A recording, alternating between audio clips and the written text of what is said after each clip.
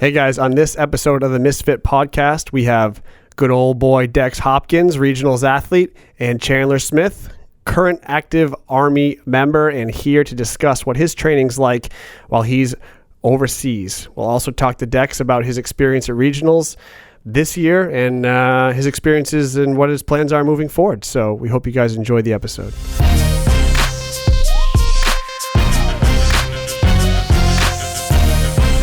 It makes me so happy that you love Taco Bell. Absolutely. Gordita Crunch is hard. My order is 4 chicken burritos, 2 beefy 5-layer burritos. Not done. Chicken quesadilla, steak quesadilla, nachos Bel Grande. Are you serious, man? Yeah, and a large Mountain Dew. Baja Blast. If you're going in, and that's still like $6. I like the $10 box. I do all the boxes that they have. The $10 box, 10 soft tacos. That's my jam. Each taco's 2 bites. If I'm gonna do that, I'm going to You White guys Castle. can eat way more than me. Yeah, dude, I'll put it. It's like you're a meaty dude. That's what I told him. I was like, I don't know how he's still like a strong big man, and Don't eat, man. you got a personal chef in Europe. Eat Snickers Yeah. Snickers. and lobster rolls. Fast breaks and lobster rolls. What is a fast break? Dude, it's like the superior Reese's. You don't say that blasphemy bullshit. All right. This is all what I want on this episode, by the way. We've been rolling. Oh, okay, good. Just start right in. We'll do an intro after. Okay. There's only one Reese's product, and that's peanut butter cups. Everything else is like shit you should feed to birds and homeless people. Gotcha. That's what it's like. It's not Reese's, right? being Snickers. No, fast breaks are like the JV Reese's product. Every It's candy superior. bar company has a peanut butter candy bar now. Every And, single and one. fast break is the best. What is, I don't even know what that is. I That's a know I've had basketball it. term. I I actually Oh, like it's Take used to. 5 the best. don't want any part Yeah, of Take it. They're 5? acceptable. Yeah. Yeah, they're really They got good. the The pretzel in it. pretzel. Yeah. That's my You're a go-to. big pretzel guy. You I- talk about the ice cream. I don't Not know by what any of these myself, things but are. pretzels in things with chocolate. What's your favorite treat? Yeah. That doesn't make you poop. Wheatgrass shot. What if it does? Something me and Henry can eat together. Yes. No. What are you drinking right now? Tea. Like an old man. Folks. You're the old man. You don't even know what a fast break is. Positively I watch ancient. basketball all the time. I know what a We're gonna fast see. break We're playing. is. We're playing basketball later, so we'll find out who's really. I've beat him in horse before. That was our first That's experience. not really. I don't basketball. recall that. I do. It's 2014. I'll bet you recall it was that 'cause you made it up. 98 degrees in whatever Jordan's gym was at the time. It's the Bay Area. You won't even have I won't have a single letter playing you in horse today. Okay. Wow. I'll shoot first. Okay. You heard it here Easy first. day. Horse isn't basketball. No, Well, that's not that's- true. That's Horse all. isn't basketball? Horse is not basketball. Horse uses a Basketball basketball. isn't horse? You play 21? I do play 21. That's 21 an is aggressive, closer. badass game. I like that. Good. Because then you got to slam your butt into people. I just tip everyone. One hand tip. You're out. One hand tip. That's, You're out. that's the rules. House rules differ. Like when we were in Europe, If you have everybody zero, had if you have I'm zero and you get tipped with bodying one you hand, up. you're done. 13. If you're at 13, do you go back down or do you 15. 15 is a safe spot. You can get all the way to 15. 100% 13? Do you play poker? Isn't like 13? What the He plays hell? all games. He What plays does all 13 games. have to? Is that not a thing in poker? That shows you how good. 13? All right. Lucky number 13 in It's a poker. thing. It's a number. It is a number. Well, okay. No one denies this. All right. Fair enough. He's good at every weird game. Yeah, He's a like- national champion dart player. He told me. I challenged him though at the. He wanted to play. And I was Tiddlywink like, world I'm sure you champion. do. Whoa. He's made the most money in Monopoly any person could ever make. It's true. It's Are you true. a Monopoly guy? Huge Monopoly guy? Oh, Yeah, I have the whole disgusting. system figured out. I can monopolize the whole board in under 30 minutes. I'm really good at I'm playing fucking Monopoly because I just. You're not kidding either. I know you're not. I actually whooped Cam's ass in Monopoly in like 1 hour at They a flip camp the one board time. over and leave. He was about to. This game's Yeah. stupid. We Yes. haven't seen him since. Yeah. He's dead now. Thanks, guys. I just fight my brothers. That's how all of our games end. I just beat them How many up. So brothers you got? I never lost. 2. I have one brother. He just got into med school. But you have one that's 18. Yep. And how old's the other one? 20. Oh, it's not. 22. How old are you? 24. Oh, okay. Full brothers? Yeah. From same parents? Yep. All right, let's take a step back and tell everybody what's going on because we're way ahead in the conversation now. So, for those of the people that don't know who Chandler Smith is, which would be, you're not a Black CrossFit Cheetah. fan at all. One-time open competitor, 2018 CrossFit Games open athlete. So, pretty much a big deal. 2016 though, you kind of blew up a little 2 years bit, ago. right? And you had a hell of an regionals performance, at least the first 2 days. Third day, Yeah, blew up. not so much, but No, I that's blew okay. up again, just in a bad way. That's ancient history. I don't remember any of that. I'm not good anymore. I remember watching you do the deadlift workout. Oh, I was my like, that guy God. could rip my arms off. Oh my I god! only said that about one other person, and it was Cam, which is like a giggle, but I was genuinely concerned for myself just watching you on the laptop. I was like, I hope I never meet him. He's going to kill me. Oh, well, thanks, Dex. Yeah, you're strong. So man. how old are you, Chandler? 24. And currently you are active Army. Yes. Yes. I almost said unfortunately again. Yeah. We'll take Thank that you. out of it. So, in like 2 minutes or less, give a little backstory. You went to West Point. Take it from there. Okay. Graduated from West Point in 2015, commissioned as an armor officer. Went down to Fort Benning, did some training down there, coached the United States Military Academy Preparatory School wrestling team for 6 months. Went back to Fort Benning for some more training. Moved to, that was the year I went to regionals, went to Kansas, Fort Riley, Kansas. Served as a tank platoon leader for right under a year. Transitioned to be an infantry platoon leader, deployed to rotational deployment to Bulgaria, Eastern Europe for the past like 10 months. Then we got back. I'm on leave right now and just hanging out with getting beat up by Austin, Caroline, and now Dex, and Living the life. talking a lot of smack mostly. Eating a lot of Taco Bell. You summed that up really quick, but obviously there's a lot that goes minutes. into all that. Yeah, not even. That was like 40 My bad. seconds. Sorry. And no, that's fine. But, I mean, we like working with you, and one of the reasons you came up here is to throw down and train with some of the best. And I just think people should kind of understand how difficult it would be, because I think people have this like interpretation that soldiers have all this downtime and could just train anytime they wanted, like in the field, and should be really good at CrossFit. But how difficult is it to maintain an actual training schedule when you're overseas or anywhere, wherever the Army sends you? It is not easy. We don't have a lot of stability on stuff, like predictability for things going forward. Like, I'm pretty certain I'm going to be doing some training in September, October timeframe for like a month-ish, but I'm not positive. And then it's just like the timing of things. So while I've been in this infantry unit, we spend like 1 out of every 4 days in the field, but it normally comes in pretty big blocks. So you can make some good advancements in training sometimes when you're like not in the field, but when you're in the field and you're sleeping out there and eating MREs and not getting the chance to train, you devolve pretty quickly, which was a big reason I think I started so slow in the Open this year. We'd been in the field in Hohenfels for like a month, so I had like a couple weeks to get ready for the Open. And it's just like you can do a lot in the time that you're not there if you're focused, and it's really like my only priority and hobby. I'm not married or do anything like that, so like when I'm not at work, Is that a training, sexual comment? Yes, I'm very chaste, Mom. Chaste mom. Chased. Keep going. Classic term. He's very chaste. Yes. Celibate, all the above. And so with like it's just it's not easy. I'm not complaining. I think everybody's units are different, but just the training schedule we've had over the past 2 years. I luck out sometimes. I got to train a decent amount when I did Wadapalooza with y'all. It was like right after winter block leave, so I'd been able to train. That's when we met. It was. Yeah. Special moment. That's right. All of us kind of Speedo met. on. Well, I mean, we knew each other, but like I came with you. everyone. Well, I'm saying like everyone kind of met Chandler at that Oh, event yeah. in person. Like there'd been some talk beforehand, but like I thought that you was were the going to time break that we that got truth for to. him. Yeah, seriously. Shout out Roy Gamboa for being injured. Thanks, man. Thanks, That's Roy. true. That He money really was did. nice. That worked out well It for you. wasn't bad. Who out of nowhere destroyed the South? Oh, I've been doing fireman stuff. Got it. But that sort of thing, like Roy had such a solid base in everything he did. Like that's the sort of stuff I look at him Oh, and it was terrifying. and say like, yeah, okay, you don't have the ability to be coached that frequently. You don't have the ability to do the things that you maybe feel like you should be doing because the equipment is scarce, time is scarce, the situation is not ideal. But he has such a great base of like just like aerobic stuff. So he runs a 19 or sub 19 minute 5K. Like when he decides that he's going to do that, I'm it sick doesn't of those matter. jokes He has also. it. He's not going to lose it. And then also, he's on his way to squatting 500 pounds, snatches to 90. You can squat 5. You can squat a 5 and then before. everything else in between. Really? 480. Yeah, like the Oh, impressive thing to bummer. me through the Open, like super cheesy CrossFit was like the community of the cats watching you do it the whole time. Like every video you put out, I don't know if you just sent them to us or if you put it on the Facebook group or whatever. I guess you had to submit all of them, huh? Yeah, video sub. Yeah. But like all those cats in there watching was awesome. And the fact that like you did so well, like slow start, super relative term, like you still did really well. And like with the equipment y'all had, because like I'm pretty sure it wasn't like the rogue shopping list they dropped off the website. Like some of that stuff I'm pretty sure was duct taped together. But like that was awesome to see, dude. Like he's talking about, and me and him have talked about before, like the base you have and like the schedule you have, the way you make it work. Like it's terrifying that if you did have a year to where you could just dedicate, like this is what I'm doing. Like because the strength, like what do we say? I've never heard him say anybody's as like strong as Cam. And Yeah. he was like He doesn't move as well, but he's as strong. Yeah, and that's the scary part is like the capacity with like there's no range of motion limit. Like there's no question you can squat and put stuff over your head without breaking your spine. Well, like how often do you get to work on snatch? You work out once every 4 days. And what'd you snatch last week in that qualifier? That was way more than what I snatched.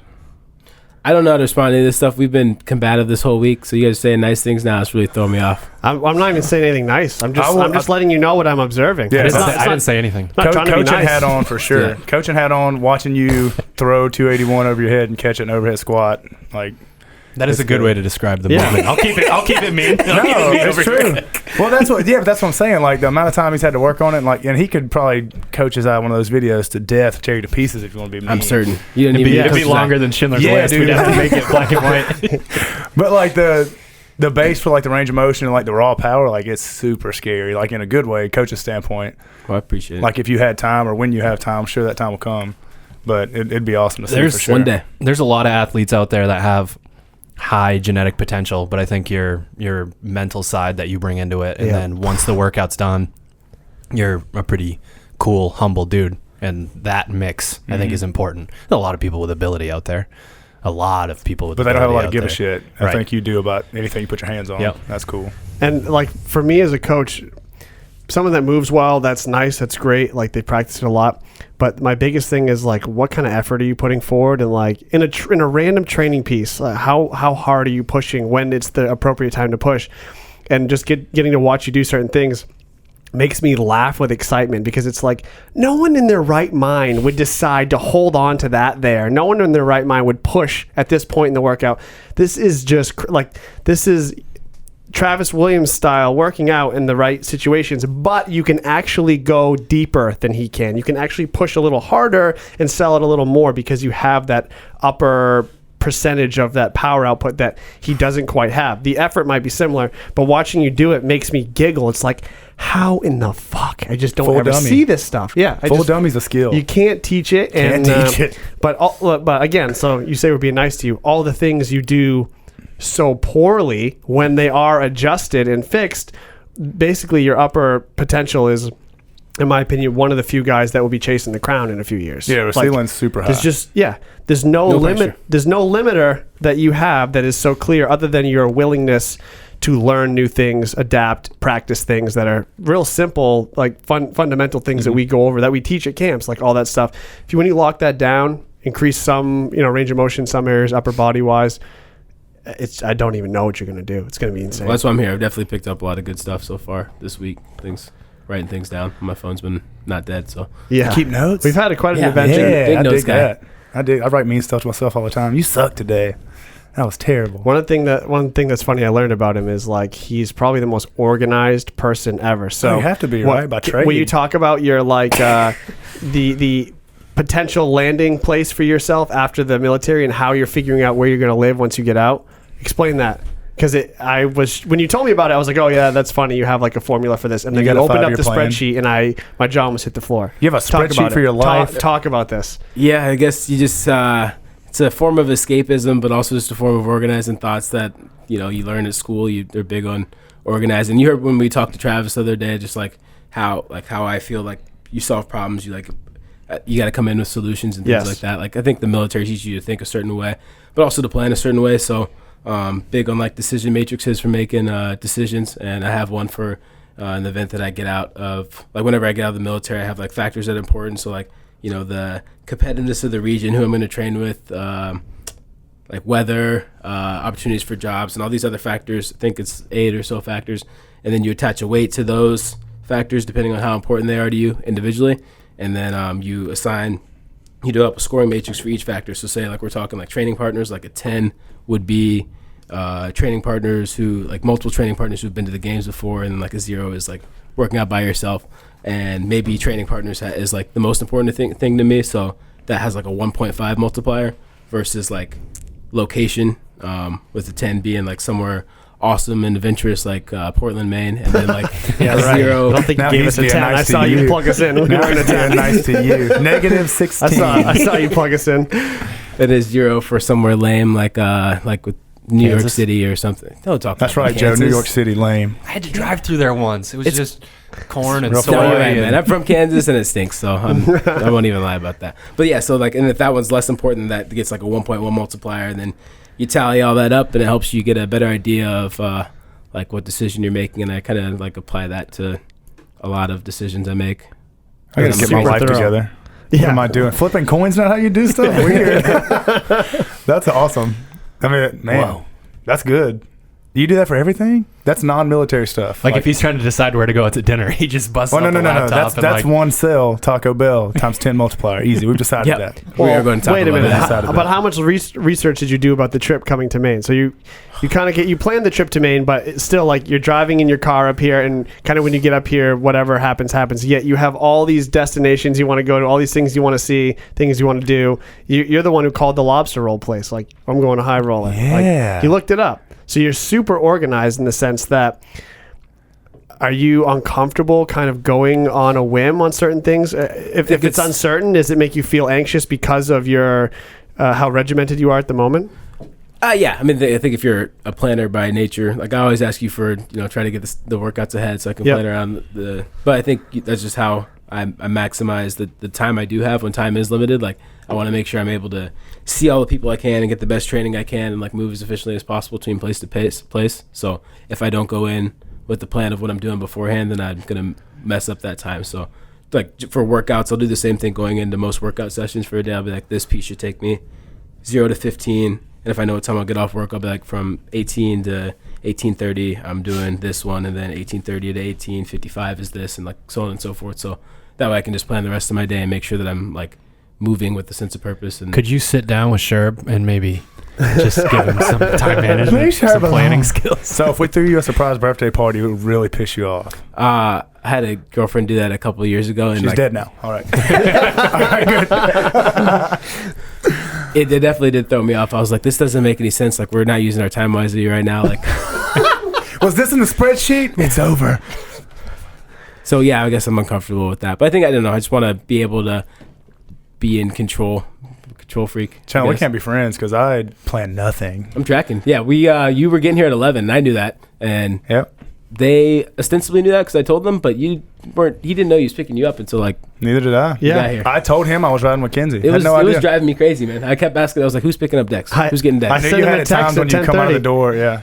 Yeah, I was like, He hey, said, I'm on Dex, the way. are you coming? He's like, yeah, I'll be there soon. Okay, I might be there soon too. My wife will tell you that I'm just very detailed and.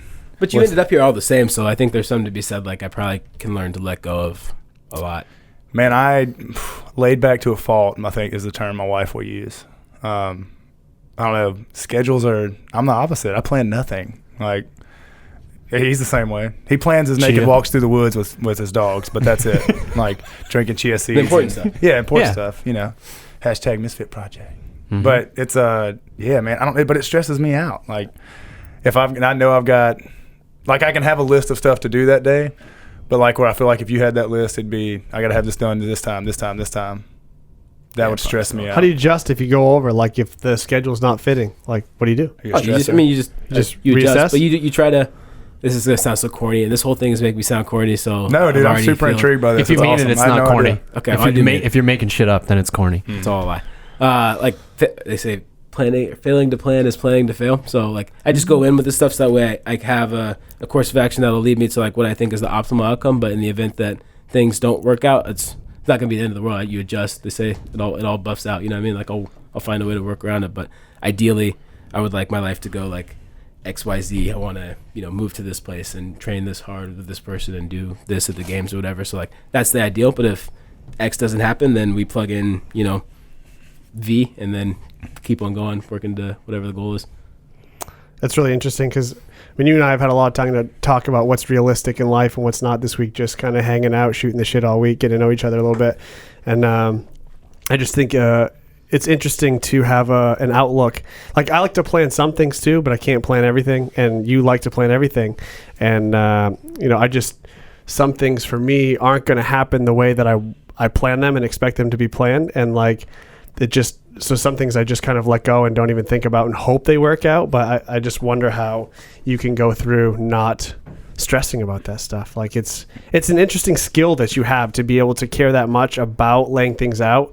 And I kind of wish I had the ability to turn that on and off, but I don't think I do. So like, do you ever try to plan something that you really want, even though maybe it feels unrealistic, whether it be relationship, job, anything like that? Like, do you have these big goals that are laid out and planned? Like obviously you do, because one of them is the CrossFit Games, which is a huge goal and totally doable. But like, I mean, do you ever think about life in terms of, it's really, really easy, black and white. I'm going to lay it out like this. That's pretty much how I've done everything since like my freshman year of high school. I wrote down like a plan for like I had like academic, military, or like army related. So I wanted to go to West Point, and like physical related goals for all 4 years, and did the same thing for college. And then like I had a goal sheet for stuff life after college, but I also was an idiot and I didn't know anything about real life because I went to West Point and there's like, you're just sheltered and don't know what's going on there. So I think the more I get out and like get to experience life outside of the Army, I realize that you can't control every single factor. So I've gotten better at that, but it's definitely something I do try to plan too much, and that's not like reflective of how things actually work. So I probably need to chill there. So you're actually just a good candidate for the Army because you were already doing this back before you even went to West Point. That's what I was about to say. It's already in your personality. It's like ingrained in you to be a planner, to be prepared, all that stuff. Especially as a high schooler. It's a part of you. That's nuts. Yeah. Is that something from your childhood? Were your parents that way? I'm not trying to be all like shrink on you here, but I think so. Like how do you become that way? Was your dad in the military? Or like family military? He's a football guy. Okay, great guy then. Yeah. As long as it's not soccer. Football. I guess mom just kind of instilled that one into me. I've always been just like a weird kid. I think it's so fitting, honestly, that I've ended up in like working with an organization called Misfits. Like, 'cause I just have always felt like they gravitate towards it. Yeah, I think it happens. It happens. We talked about that. We talked about how naming something a certain way. Nominal determinism. Thank you. Nominal determinism. So just because something's named a certain way makes it more likely for that to be the outcome. Yeah, I'd agree. And so, like, there you go. It's already a bunch of weird cats. Like on our Facebook group, it's a bunch of dudes and we work out super hard and then talk smack to each other. I don't think that's like a normal, your average dude's not going to the Globo gym and like the amount of smack we talk is quite frankly. I don't like your Beats headphones, bro. I gotta say the group is being revamped in a big way with some recent additions. Well, last time you did this, I didn't like it. Was it I got kicked out of your group and into his, and his group sucks because Cody's too nice? It was that it got too messy and the personalities were too different. But the recent additions are like bringing the heat out of the game. Joey T. Yes. Yeah, Joey is me and Travis level shit talk. You're good at it too. It's so good. It's like an extra piece on the day. Like it's gonna be a good shit talk year for time when you post your scores and stuff. Yeah, it's gonna be a good year with the recent additions. It's gonna be interesting. Oh, I'm pumped. Dude, I was so pumped for Joey to inquire about it because me and that cat have been cool since 2015. I think way back. Yeah, well, like we both had really good teams that year, and I want to say we were all in the final. I want to say we beat them by 1 or 2 spots. Suck it, Joey. No, dude. There's a mile relay that year, and there's a girl on their team named Kyrie. She's a firefighter, fire lady, however you say that. No, you had it right. Fire person. I think fighter is a gender. Ladies can't fight. It's called covering your ass. You made it worse. You made it worse. That happens all the time. Firefighter. Fire person. Oh, but we had a mile relay. South, ladies and gentlemen. Shut your mouth. I'm from Portland, Maine. It's their fault. LL Bean. They she ran by me laughing, which is not hard on a mile run. But there's the turnaround, right? And then it's kind of downhill and you run around the track. She ran by me laughing like, all right, see you later. And then after that, like, we were all super good friends, man. And it was him, Andy, 2 other ladies, like, and our 6 folks. We all got to hang out a lot. And then we stay in touch all year. So when he hung out with us after regionals and we watched Cleveland won that game. Shut the fuck up. Yeah, that's right. R.I.P. He was very sad. Which you almost have to fight. Joey's celebrations after every workout are celebrations LeBron does. That's how much he loves. Like, he's a Browns fan. That's how Cleveland Joey LeBron is. too, which he loves pissed me Cleveland off. stuff. Yeah, he does. And LeBron will be in L.A. next year, Joey, so get your tissues ready. But I love that cat. Super good addition. And, like, I didn't know you were as good at shit talk as you are. Because, like, it makes it fun, dude. Because I trained alone some days and, like, was super fortunate this year to have Zach and Ryan Souder. We had an awesome squad going in, like, day to day. But, like, that's not those guys. Like, they are super nice. I love those cats like brothers. They're not shit talkers. They're really good at fitness, but they're not shit talkers. So, like, that for me is, like, super good and been, like, a really good tool as far as, like, being a part of the community and us having, like, when you don't have a partner that day, having a partner is posting it and everybody's so engaged because, like, it's hard to have a group where people engage as much because, I'd love to see the stats on that page, like, everybody posts stuff every day. Do you think that the group this year could help you go from, like, 35th to 32nd at regionals? It was 31st. It was 31st. Yeah, I couldn't even say it with a straight face. 31st. You talk so much shit that you forgot to do some of the training. And you No, came I did all the last. training. I did all the training. The shit talk axe was just the sharpest. I don't know, dude. We went in Let's go here, Dex. because I genuinely thought going in. I think both of y'all, I was like, all right, I know for sure I could top 5 Linda and the handstand walk workout because I'm oddly good at handstand walks. You did really good. I mean, I did. So last time I went individual, remember it was a first year together, right? That year it was 14. Had Nasty Girls V2, had 50 pistols pointed at me, man. I around. was wrestling or something. Yeah. Me and Cam got like 5th and 6th in the South that year, which is the South, but it so I was like, all right, we'll go and ball then. I was finishing my first round of pistols as all these midgets were coming back to start their second round, right? And like muscle ups and hang cleans, money. My pistols were like the slowest of slow. Not motion. as slow as Sherbs, though. So Not as slow as Sherbs, but airplane like pistols. I was very cool with that event, how it went. Like all the things I could control, I did. I think I PR'd 5 or 6 workouts. I straight told y'all I was going to row this fast. year you're talking about? Yeah. Yeah, I mean, Like the things Yeah, I could you control, did. I did well. I executed. I think I got 2 that no reps. snatch workout though was an Dude, I abomination. smacked my dick 5 times don't with that care. short bar. Oh, I cared. And here's the worst part. So that's happened before in a workout. It's happened to everybody at least once. If it hadn't, weren't trying to go that fast. But when I rolled the bar forward, I fucked up and looked up. And then, like, I have not had a feel sorry for yourself piece of shit moment in so long. But just because, like, the inside my head, that guy's the fittest on earth shit talker to myself. Like, you're doing fucking great. Keep going. And I looked up and everybody, and now I'm not in the last heat. I'm in the first heat.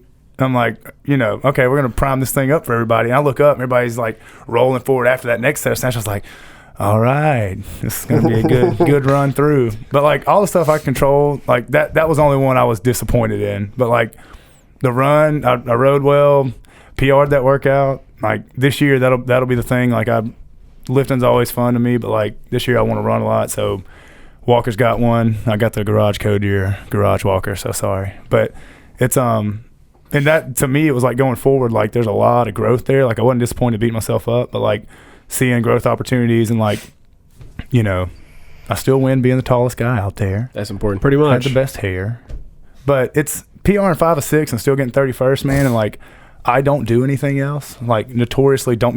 I told Ted we were going out to drink beer this weekend. He was like, "Yeah, right." I was like, no, seriously. Like I'm gonna have a life this year. So, but that was the thing. Like sitting back the week after and reevaluating it, like controlling the factors I can. Great. Like executed the things I thought I could do.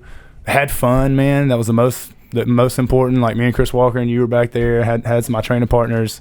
Maximus people were there, and they're always cool in the stands. But like, the game is different, bro. And like if you watch it and you think it's not, and you go, and your best efforts when you like that was lifestyle factors. Like your dance, I've slept more this year.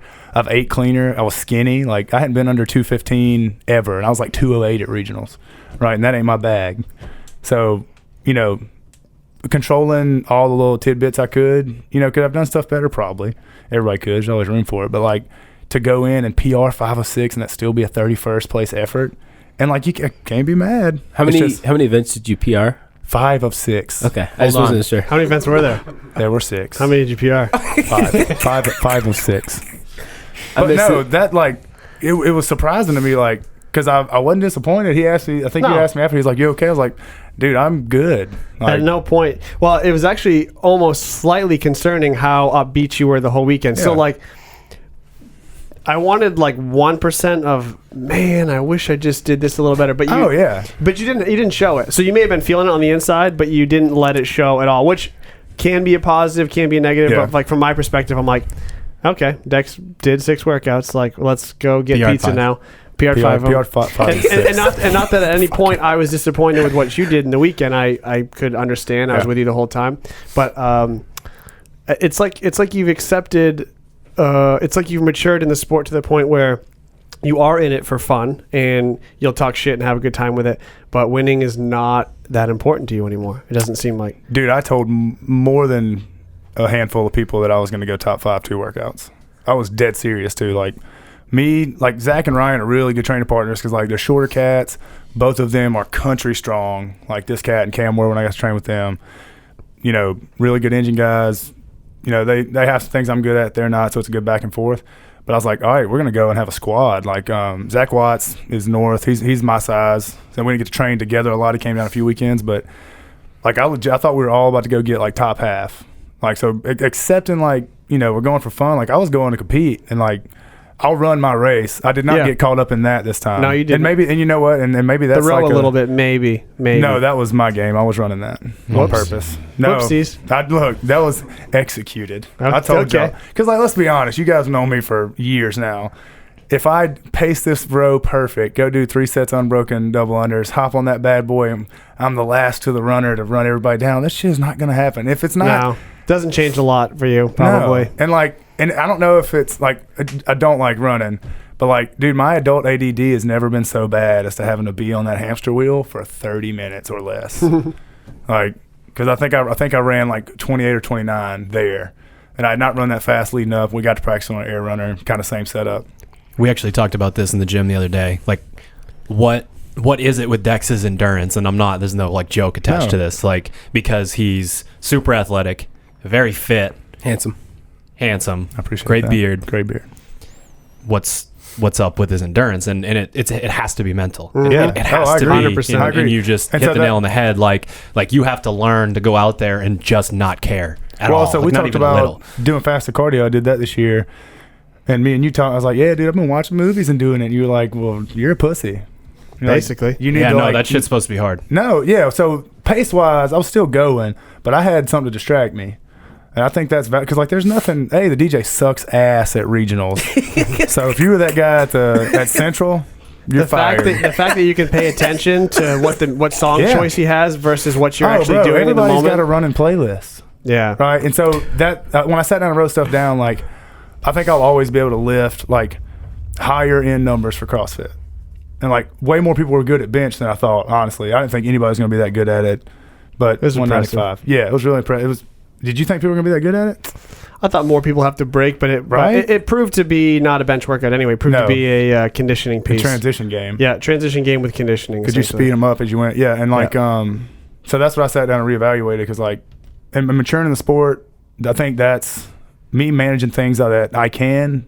That was the mature part of it, and not getting caught up in like ruining myself chasing anybody. Sure. But I think that's a skill, dude. Like, I haven't done individual in so long, and individual competition at all, other than like training pieces with buddies. Mm-hmm. And like, it's a skill. We talked about like competing's a skill, So I wrote that down. Like getting distracted in like the mental game of long stuff. Like 20-minute AMRAP to me is still like cussing at me and poking me in the chest. Like I want to do Fran. I want to do that and like bacon sizzle for a while. So I lift last still. And with your movement efficiency, you would assume that those longer workouts would be cake for you. Yeah. Just well, like it's round important to and me, and round. that's y'all's fault. And I tell everybody that. Like, that's why it's always been awesome to be involved. Is like y'all give a shit about people, and like you're not saying, hey, yeah, you could do it right, and that's slow, but throw it out the window and go fast. We don't do that. And so, adding speed to it and like moving well, and like it's fast workouts. I think I'll always be cool for. Like me and you've talked about that. Like you're an athlete, you play football, you always have the gas at the end, but like military guy could run for days, soccer players that run for days, like that stuff's attainable. Like I don't think I'm locked into just sprint work. So that's my thing this year. And whether we compete next year, like, cause I'm super fired up about stuff we have going on with like affiliate stuff and my role growing with you guys. And that's going to be not, I mean, it's been a big deal, but like that's going to be a bigger focus this year than like training. Cause I've let that kind of be the source of like my feel goods. Yeah. So, and that's not sustainable, man, especially like the honest look at it, like going and doing your best when it's a 31st. And like, there'll be things I'll improve on. Like, that's not a negative. Like, I'll have a list of stuff I'll work on, and I'm really good for the work. I'm cool for that. But like having things that have like a longer road, like the stuff we're doing and like where this is going, like that's things I want to focus on hard this year.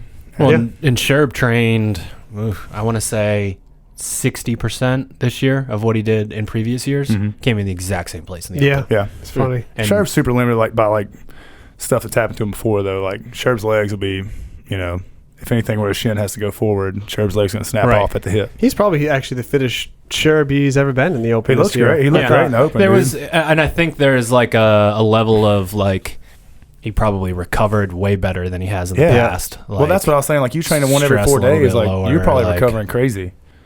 And like there's value to that, and like the the more I start trying to get into stuff like you're heavy into, like managing the outside stuff and recovering, like it's not that bad. Like having access and plans, like you like to plan, like you talk about moving place to place efficiently, when that stuff bleeds into like movement, like 'cause I think to a fault I'll do that. Like other side of the coin, Travis will like break his foot off doing pistols on his toes. Will not care. They'll count. He'll haul ass. I'm gonna stop if I think my heel's coming up, because like 50-year-old Dex doesn't want to be like, man, you idiot, you did CrossFit, and that's cool. Like I'm okay with that, and he's okay with. And neither one of them's wrong. Like that's the lives we're living. But it's I don't know. It's a weird side of the coin, man. Well, that's like such a hot topic because people talk about CrossFit, like CrossFit gets you hurt, like that kind of thing.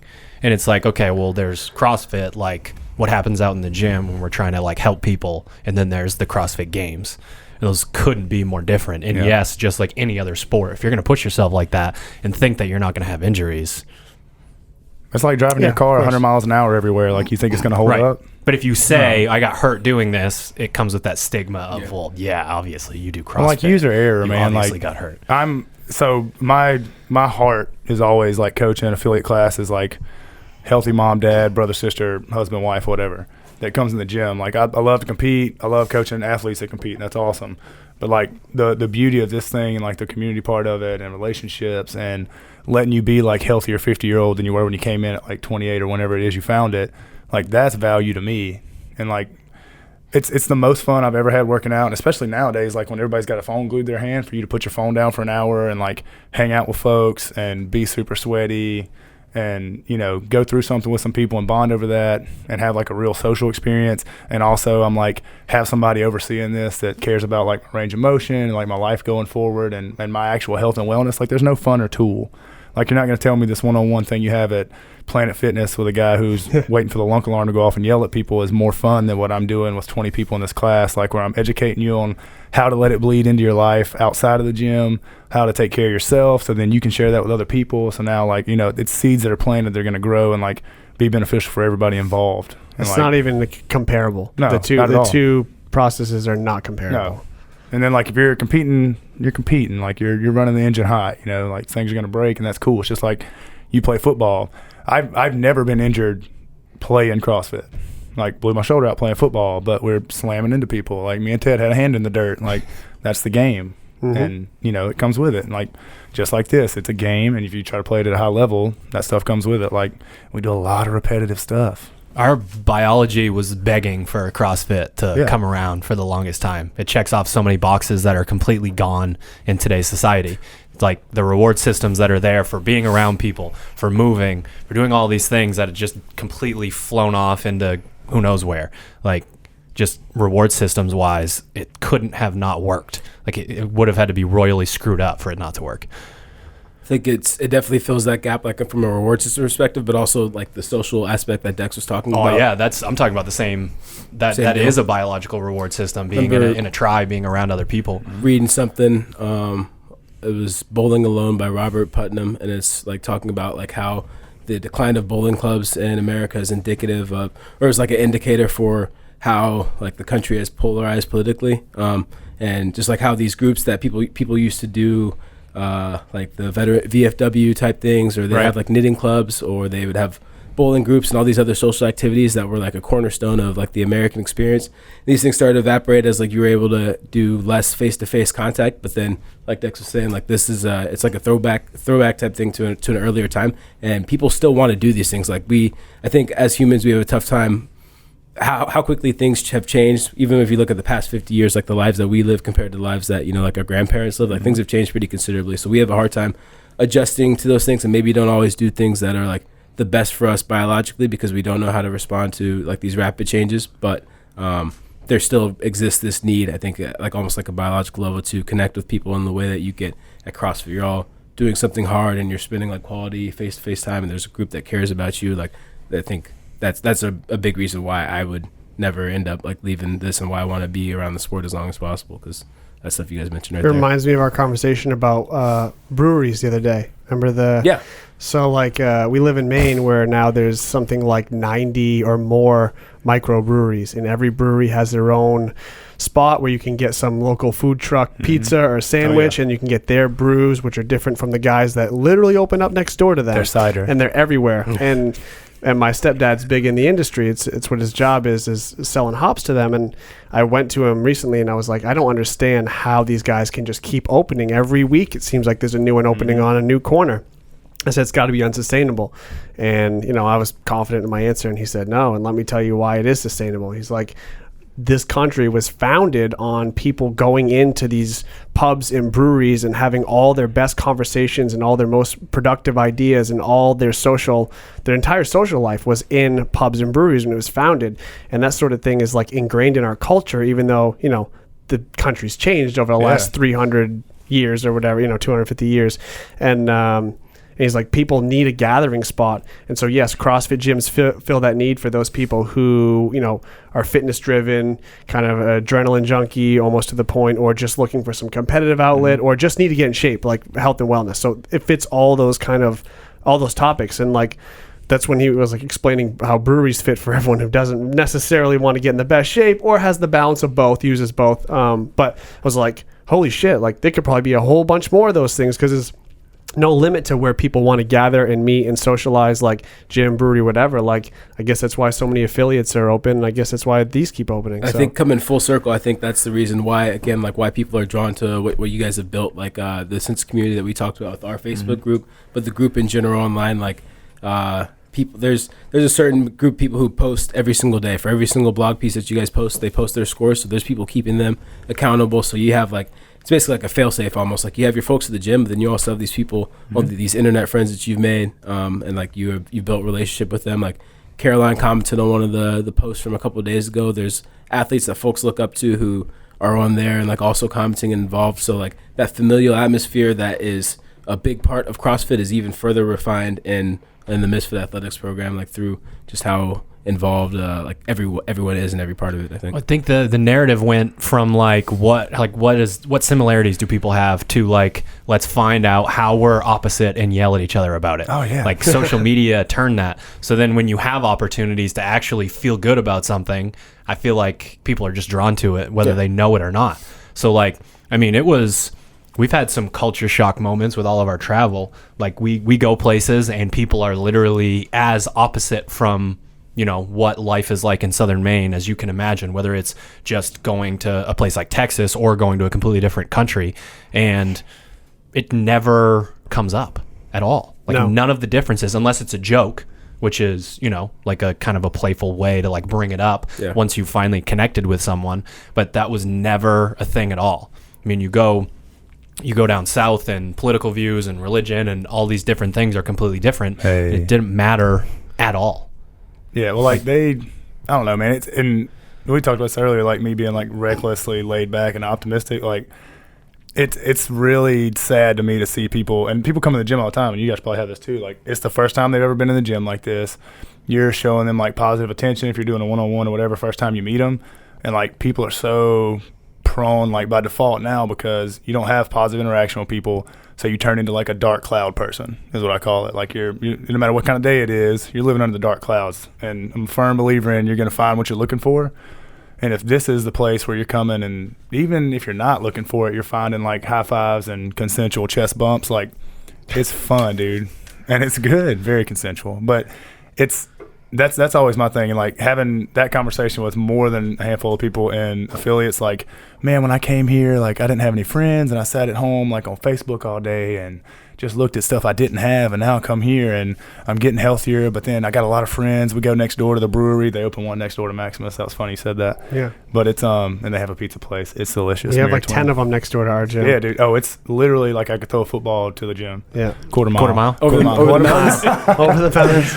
But like it's There you go. Yeah, dude, but like there are so few places people can go and do that now and find like their silver linings or their positive talk, and like it turns into the people that used to sit at home and like do whatever it is they do and dread getting out of the house to now they can't wait and like they're getting out of the house with people. It's a more positive experience for them, like across the board. So that's why like there's zero comparison to anything else than like the stuff we're doing in affiliates for sure. And like that bleeds into our Facebook group and our camp and like the interaction we have with everybody else. Like at regionals, like half the people that came up to me, I had no idea who they were, but like now I do. And like they message me all the time if I post anything, like, and interacting with those people, man, whether it's on the internet now, it's a cool avenue if it's a thing like that. But like, and then when you get to meet them, like, it's a cool thing. Like, all high fives. Athletes competing that had no experience following Misfit or anything coming up to us left and right. Like, how should I approach this workout? What should I do here? It's like, your coach is over there. This is embarrassing. He's looking at me.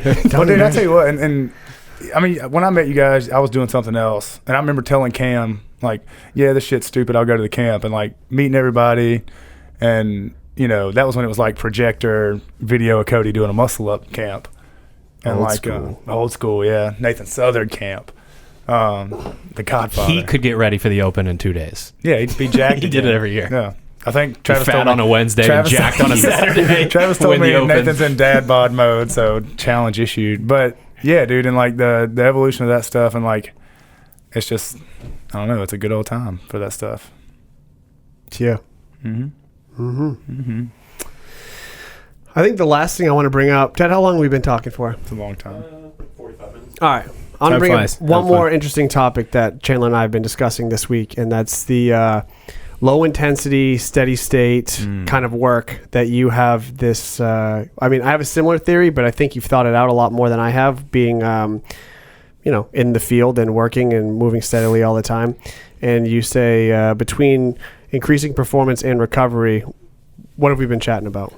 Just like the benefits of it. I think CrossFit being it like got a lot of its attention, and we talked about the difference between like CrossFit as a sport and CrossFit as like what most folks come in, like get their hour of work in.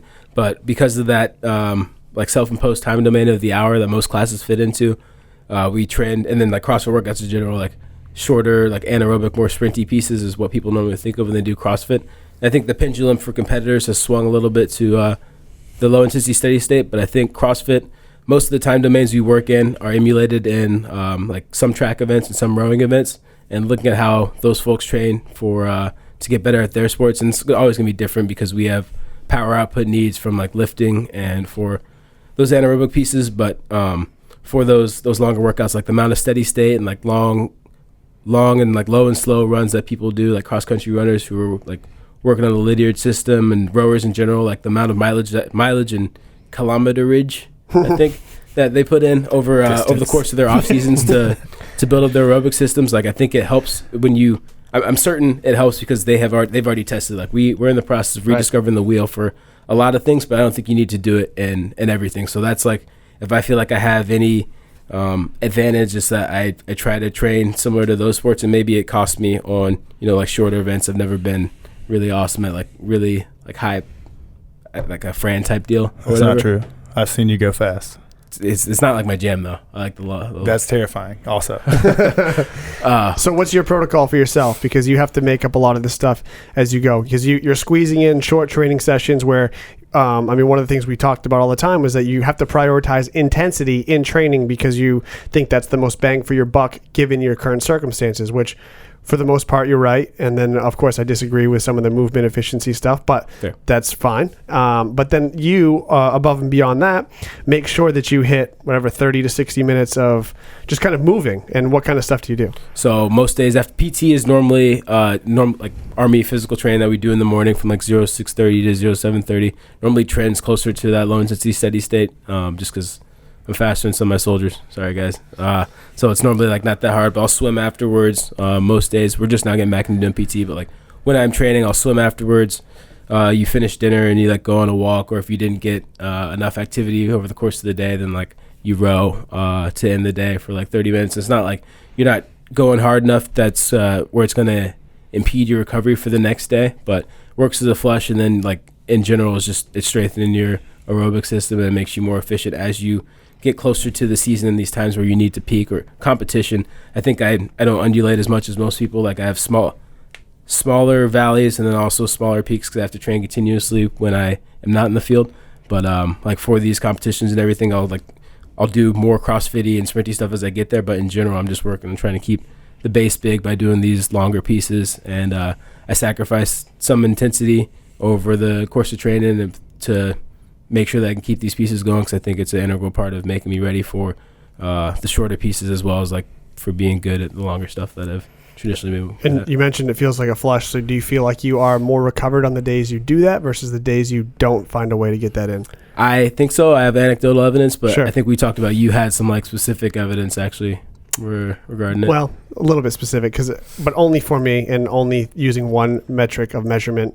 When I trained for my Ironman last year, I was very closely monitoring the days that I swam at night at low intensity for anywhere from 10 to 25 minutes, and the nights that I did not swim. And this was within 2 hours of bed. And I used the Whoop fitness tracker at the time. That was my only metric. I wish I had more things to use as like different markers, but the nights that I did swim, the following morning, I would be significantly, usually 20 to 25% higher recovery and lower resting heart rate. So higher HRV, lower resting heart rate. The nights that I skipped the swim out of sheer laziness, typically, I typically had a worse recovery score the next day, and it was significantly worse, and it had almost no correlation to how hard I trained that day prior. So if I decided to run a half marathon and still hit my swim at night, my recovery the next day was outstanding, even though my legs, my joints and legs could feel a little beat up from the actual work. My scores would be super high. Anytime I skipped it, they'd be on the lower side. And the only other thing that jumped into that data was food. So I was the only time in my life I've ever tracked macros and been really tough on myself about how many calories I was eating and of what macronutrient. Nights I was way off and again didn't care, sheer laziness, didn't want to make something extra, whatever, under 8 typically, it would be lower. So anytime I hit reasonably close to my food and swam, I 10 times out of 10 had a much, much higher recovery score. You can't impact your lymphatic system or produce LPL at all for fat metabolism without muscle contraction. It's the only way to do either. So that's what happens to people when they get really confused about like, how could you gain this much weight? The people that are on like the TV shows where they weigh like 300 pounds, but they're only eating whatever 3,000 calories. It's because you can't produce LPL without muscle contraction, which is what's going to help metabolize fat in your body. It's just not possible. And then your lymphatic system is all based on muscle contraction. Right. If you don't contract, you don't move lymph fluid, you don't get rid of waste, you don't bring the recovery products in either. So it's like a double whammy there. And then with all of your stuff, I mean, every single box is being checked off in my brain when you're talking. It's in the morning. So you're creating insulin sensitivity the rest of the day. So even though you don't eat a lot, when you do eat, your protein, your amino acids, your carbohydrates, all that stuff is going straight into your muscle cells instead of somewhere else to prepare you to go into another place. So it's like it all makes perfect sense from a scientific standpoint. Lucked out and stumbled into that. I think the science is like still a little behind as far as like understanding, how mixed, like where things bleed over in mixed modal. But if you're looking at like traditional understanding of the systems, how they work, like with basically anything under 5 minutes being like mostly anaerobic, or I think it might even be like 3.5 or something. Yeah, it's short. Really short. Being anaerobic, like the majority, how many CrossFit workouts are we doing that are under 3.5 minutes? And I think so that's the easiest. If that's how I like dummy it down, like your aerobic system needs to be good, and the best aerobic athletes in the world are doing these low intensity steady state things like all the time. The best rowers are rowing for like 40K a day, or the runners are finishing with like a marathon runner type dudes are finishing with like 25-mile runs on like Sunday at like recovery pace, and like that's how they build their aerobic system. So they just steal from them. I don't think we need to learn that lesson again. We might need to, as far as if you want to get good at a workout like Helen that's in this kind of like weird zone. But even then, like rowers, they row 2Ks, so like you have a similar time domain that folks have trained for. And if you understand how the best have worked in those time domains, and like that's one less lesson that you have to learn how to apply specifically for CrossFit. It was always in CrossFit too. That's the thing. Like people forget that was one of the things listed in the original. Like, what do you need to do to be the most fit person that you can be, or the fittest person on earth? But I mean, Seth and I, every single time, 2009, that 5K run, except for one time, 5K or 10K came up, we just didn't train. We didn't go do it. And then from an affiliate owner standpoint, we have endurance class twice a week here, but we tried to program endurance once a week for a while, and it just was like people were just like, come on. So that's another thing Seth and I talked about. Like I have respect for athletes who compete at the highest level for like anything. Like it takes a lot of discipline to do anything at a high level, but endurance is like hard. Like no, being uncomfortable for, you're saying your mind wanders on like the 30-minute run, but people do like 6-hour workouts or like training evolutions and stuff. Like, oh yeah, that's the toughest thing in the world to me mentally. No disrespect to powerlifters, Olympic lifters. So like, because we like getting uncomfortable, like CrossFitters in general like getting uncomfortable, but like even we have limits to how uncomfortable we like being and like how that discomfort should feel in our head. Like it should feel hard. If I finish a Metcon and I'm out of breath afterwards, I have this immediate satisfaction that I did something hard and I got better immediately there. But if I do something like low intensity say I gotta keep my mind from wandering the whole time, like it's kind of, I'm at the precipice of being uncomfortable for, like 40 minutes. I don't feel like I got better immediately afterwards. Like I'm missing that reward that I'm looking for by doing CrossFit. So I think that's harder than like coming in and competing and like getting after it with the boys and or girls. So that's just not something that it doesn't like. Those comparisons don't have to be 1-to-1. Like when you go out and you do one of those short workouts, the reason why you can push through even though the pain is actually higher is because you have to focus on, I got to hold on to the bar, I got to make sure my kip is where it needs to be. Your brain can't do the whole like, oh, I wonder what so and so's doing this evening, like during one of those workouts. It's just not possible. I agree. So the pain is shitty, but your mind can't really wander unless it's, something super simple. Yeah, like touching the stove's okay. Slapping your hand on there and leaving it for 30 minutes is not cool. Yeah, even if it's not that hot after a while. Yeah, exactly. Well, like I think it was last year. Oh, was it summer maybe? Had to be. We ran 3 long runs a week. It was like 20, 30, 40, something like that. Yeah, I think the test was 10K, right? And then we had all the training leading up to never fucking talk to me again. Yep. Yeah, I texted you, said don't ever talk to me again. Yeah. The first time I ever run 10K, felt like shit for a week. Like 2 hours. And like the hardest part was not jumping in front of a car to make sure it was over. I'm not kidding. I ran around Lexington, which is a beautiful city. But like doing those runs, man, like you're talking about, like I got to where I still had music on, which whatever, I'll be a pussy. But I got to where like it didn't bother me to go out and run. And I think I got bronchitis right at the end of that cycle. But I got to where it was cool to leave my hand on the stove for a little while. So then putting your hand on the stove is cool. Yeah, that metaphorical stuff. Miles Davis. But like Miles Davis, everybody. But like you're talking about, like going fast is fun. That stuff's not. But when we would come in, and I've been running, I think we did 60 minutes, you go 30 out, 30 back or whatever. When I'd come in and we'd do a workout that had 800, I'm like, shit, that takes 3 minutes. I just ran for an hour. Yeah. We could book this. And that was like, the mentality change is different. So like where you guys are out there doing the long, steady stuff like that, I think that's how it translates mentally. Like, yeah, there's a lot of nerd boxes to check and stuff like that. Nerd boxes. Is that cool? Yeah, man. But like, it's mentally for me, that's where it put me to where like, the perspective of long pieces, short pieces, like I can put the pedal to the floor. I know I have that skill. You have that skill. I've seen you do it. But like if I can also grind this out and stay in the fire for 30, 45 an hour, like that's super valuable mentally. Yeah. And I think that's the place people can't go is you can have all the tools in the world, but if mentally, squirrel, you can't. A lot of the latest endurance research is saying that we have a mental blockade for how much pain we're willing to tolerate and how hard we're willing to push. That marathon wall that you hit, it's the anticipation of the finish line coming and your body's willingness to shut down. And you decide whether that you're going to continue to push your body like that or not. But if the run was 40 miles, do you think people still hit that 22 or whatever it is mile wall? Now, yeah. Exactly. It's something else. So they're showing that, we have kind of a mental governor that each person has at a different level, and the governor will try to flip a switch to shut you down as protection, but we can actually overcome that with spending enough time doing any sort of endurance work, even if it's slow, steady state and it's just mildly uncomfortable, or if you're running, a 10K at a race pace, which is extremely painful the entire way. It's extremely, not for runners. That's not race pace for runners. Extremely painful. And so I've been giving some of the better athletes a lot of shit about always going to their headphones every time they go for a run, because they need to experience their actual thoughts, their feelings. They need to hear themselves breathe.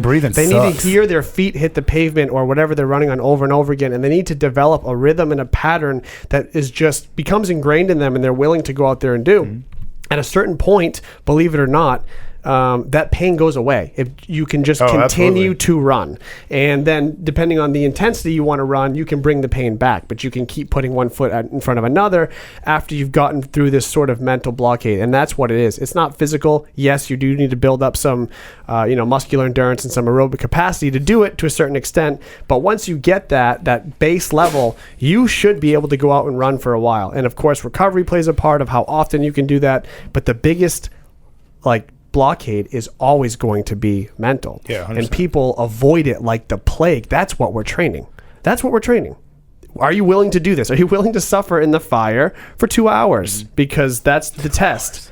I mean, that's a medium. Yeah. That's a medium test for an endurance athlete. 2 hours. That's agree. nothing. I agree. I think that touches on something too that we talked about earlier this week, like what we deem as being mentally difficult. Like if you can make CrossFit is hard. Like, going to sprint off for a Metcon is hard. But like if you can't work out, if you need like a certain song to get you pumped up through a workout, you're not mentally tough. Like if you need like all your equipment to be this way and I need to eat this before and like all this, you can't anticipate like any discomfort coming through, then like you're not mentally tough. And I think that's something that I really like being around here. Like Austin does a good job of it. Like stuff is always popping up, but by being like reflexive and understanding, I think a lot of athletes in the sport don't have an appreciation for that because they're able to control for all these factors. Yeah. But when you control for all these factors, you like are That's putting yourself how at you a come in disadvantage. first in the Open and 19th and at regionals. Yeah, I mean, you see it happen all the time. Like people who that's true. crush the Open, and then I mean, a lot of times they're making up scores or whatever. But like people can't respond when the situation is not in their control, and that is fitness and that is life in general. So I think that's like a very big factor. That's something that we've been trying to quantify, like what the factor is that attracts you to like certain athletes or people. But definitely a lot of it here, and it's part of that makeup of people I like look to when I'm trying to look for training partners or people to be around. Is people who can like deal with things not being perfect and still get after it anyways. I don't think Austin would know how to make it perfect. Yeah. He's putting different colored plates on one side. I He's give got the him shit green about on one that. side and the black one on the other side. I Freaks blame me it right on out. Jordan, the Jordan Cook asshole barbell. Yeah, load your bar like a dick. Jordan was, when he was here, he was the opposite. He had all of his equipment shipped up. He had his own climbing rope. He had a box. He had the chalk thing because he didn't want to bend over and use the bucket. He did what? Like, Jordan was extremely particular about which bar he used, which box he used, which, like, to The equipment, to a T. the equipment doesn't bother me, and I 100% agree. Like, I call them practice players. Like, and hell, I'm guilty of it a lot. Like, there's some things in my spot when it's my music and the stuff I know, the rig I know where the sticky bar is and like where the fan hits you perfect. Like, you can ball. You laugh, shit. People know where those spots are. I know where the spots are. That's why I'm laughing at myself. Yeah. You know where it is. That's I where know you where move to the go. runner. But like when you go into another environment, another gym, like I did it 2 days this week. Went and worked out at another gym. Like it's either a really heightened sense of stuff or you're crumbling. Like, and it's the same thing when people win the Open, then go to regionals and like it's not your favorite playlist. And I'm super guilty of that on those runs. I had a 2-song playlist and it was like my running rhythm. That's really fast, as we know. But I will say music can be a good tool when you're starting out trying to build some ability to do distance, but eventually you got to take it away. I did one 20-minute run, no headphones and nothing. Didn't even bring my phone. I had my watch because it's right after I bought it. And like hearing myself breathe and how inconsistent my steps were fucked me up so bad.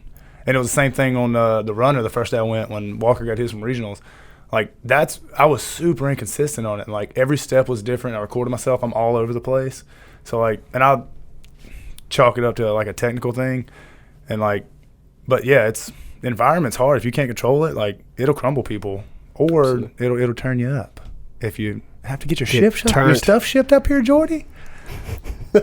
Surprisingly, I think he does a good job of it. I think he competes well, and I think that's the competition. That's why I like put the most on competition. Like, I might not be a regionals athlete or something this year, but I feel like I wouldn't want to see me in competition because I'm gonna be there and like be ready to compete, and you can throw goofy stuff at me, and I'll be ready for it. And I think the people I surround myself with are in the same boat, but not everybody does that, and that's not something that's gonna make for ultimate success. I think like if we're looking at Matt's the gold standard in the sport. Like you could throw whatever at him, and he's not going to pardon? Sherburne? Yeah, that's Larry. Larry. Yeah. He said Lair Sherburne.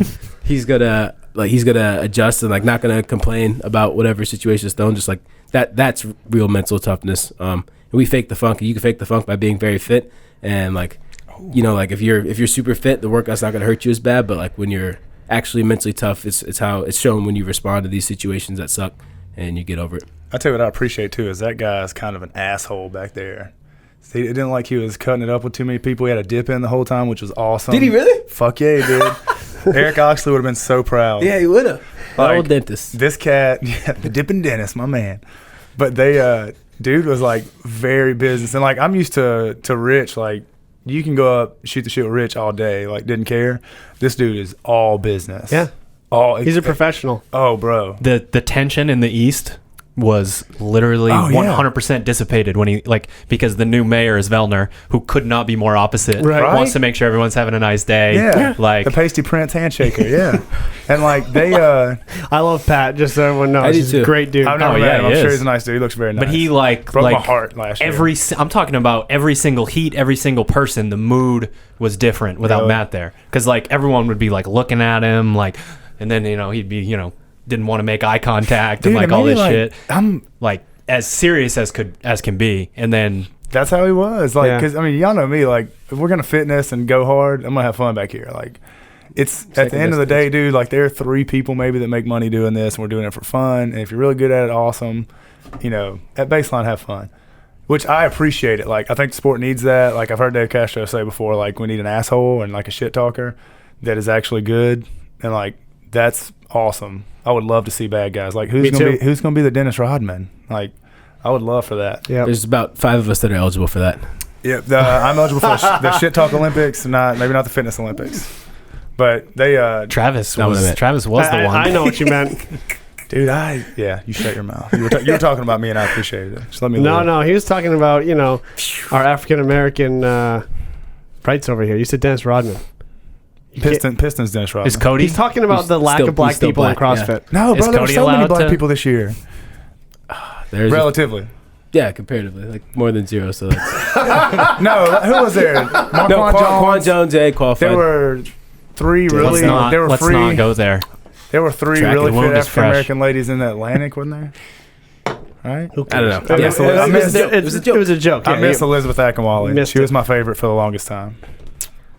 Country strong. I don't think you need to be a jerk to be that serious. Like, I don't know. Not talking to anybody. I'm gonna talk to everybody for competition, but I just also know you're not gonna get me out of my head. Like and I feel like when I'm talking or like doing whatever exotic Zulu warm up routine I have like before, people are gonna be paying attention to that and not thinking about like their workout or whatever. But like I'm locked in. You know what I mean? So I don't think you have to be a jerk, but I do like how. Not saying Matt's a jerk. Don't hurt me. No, man. he was not a jerk. He was very business. No, business he's is professional. He's all very business. is a good term for it. He was not a jerk. Like, wasn't mean. If you said hey, he said hey. Well, when we were outside and you said he's a huge jerk and you hate him and stuff, so I thought that's what you meant. No, I just said I was way taller than him. Okay. I must have missed that It part. was in the middle. No, he wasn't. He wasn't mean. He was super cool. He spoke but he was. You could tell the cat was there. Do you speak like I've never heard him speak. I imagine him speaking like Spike from the Little Giants, like only in like little like 1 or 2. Don't play with girls. People brings a refrigerator in for no reason on his back. That's It's got all his food in it for the week. What's his for the manager's weekend. name? He comes out of nowhere. That's my boy. No, Sticks out his arm. dude, it's impressive. Like, that ginger kid pissed him off so bad the first day. He's like, all right, well, I guess we're not going to coast and kill this one. And he just destroyed everybody after the first event. Ginger kid. Yeah. What's his name? Drew. Yeah. Drew. Wayman. It really fit kid. I was busy being depressed and not paying attention. Ran like a cheetah, like a big ginger cheetah. This kid. That was your cheetah. You're black cheetah. Okay. Black cheetah. Problem He's solved. ginger cheetah. But after that day, like, because what he took a 1 and a. Did he win both first events? No, but he took like a 1 and a 3 or something like that. And then And then proceeded to not finish in the top 10 for the last 4 events. and then Matt quit fucking around and gas pedaled everybody. Yep. Daddy's home. That's what his shirt should have said. Yeah, Matt won. Nike athlete, Matt daddy's won home. 5 out of 6. Yeah. Tough. You're 5 out of 6. Yes! We're We came full basically the circle. same. I could be your taller stunt double. You're Get our at Matt me. Frazier. For the- Great. Yeah, that's right. That's right. Fantastic. Right. Fucking, we can only Shut it improve down. from here, everybody. We're Shut it only down. going up Ted, from turn here. the LED off. This show's over. Awesome. We have reached the peak of back to fitness. the drawing board. Dex is his Full name. circle. That's okay. All right, you guys done? We got to go get a quick workout in. quick is my favorite. I don't know if we have to, but we can. Are you We should kidding do me? it. You've been I'm telling pushing you, me all morning. All morning. We should do Boot and a booty. mom. All right. Okay. Guys, thanks for tuning in. Chia. See you next time.